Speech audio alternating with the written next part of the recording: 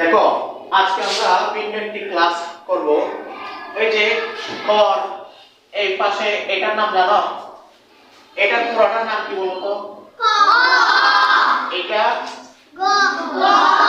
গ। এটা ক। এই যে এগুলো তো তোমরা নাম পারো, কিন্তু ওই যে ক এর পাশে যেটা আছে এটা নাম পারো? এটা না একের মতো না দেখতে? মনে করো এই যে দেখো, মনে করো আমি একে লিখলাম ব, ব লিখলাম। তোমাকে যদি বলি যে এখানে কি দিতে হবে, এটার নাম কি পারো?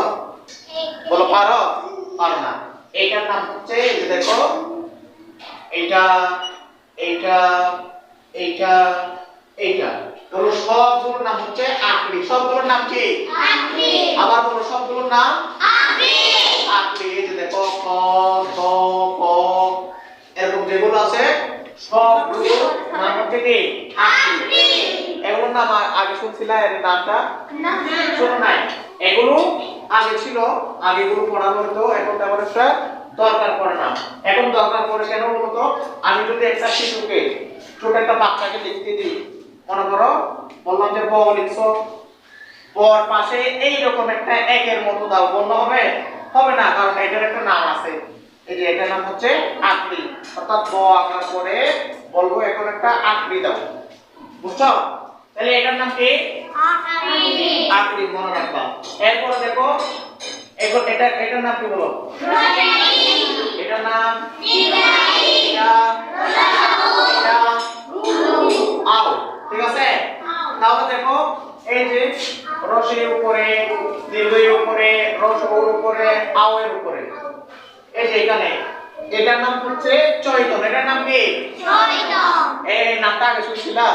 না। এটার নাম কি? চৈতন। চৈতন। আমি যদি বলি এই যে এটা কি, এখন কি হইছে? এখন কি? হ। হ না? হ্যাঁ। হ। তাহলে আমি যদি বলি উপর থেকে এটা একটা চৈতন আঁকো, কি আঁকো? চৈতন। এখন কি হইছে? রসি। এরপর দেখো এটা কি? ও। এই বর্ণের নাম হচ্ছে ও। এই যে ও, ওর উপরে দেখো একটা কেমন আছে? ওই যে হুজুররা পাগড়ি পরে না? হ্যাঁ। এটার নাম হচ্ছে পাগড়ি। এটার নাম কি? পাগড়ি। এটার নাম কি? পাগড়ি। পাগড়ি। পাগড়ি যে ফৌরি বলে না আমরা স্থানীয় ভাষায়, ফৌরি। এই ফৌরিকে বয়ের ভাষায় বলে পাগড়ি।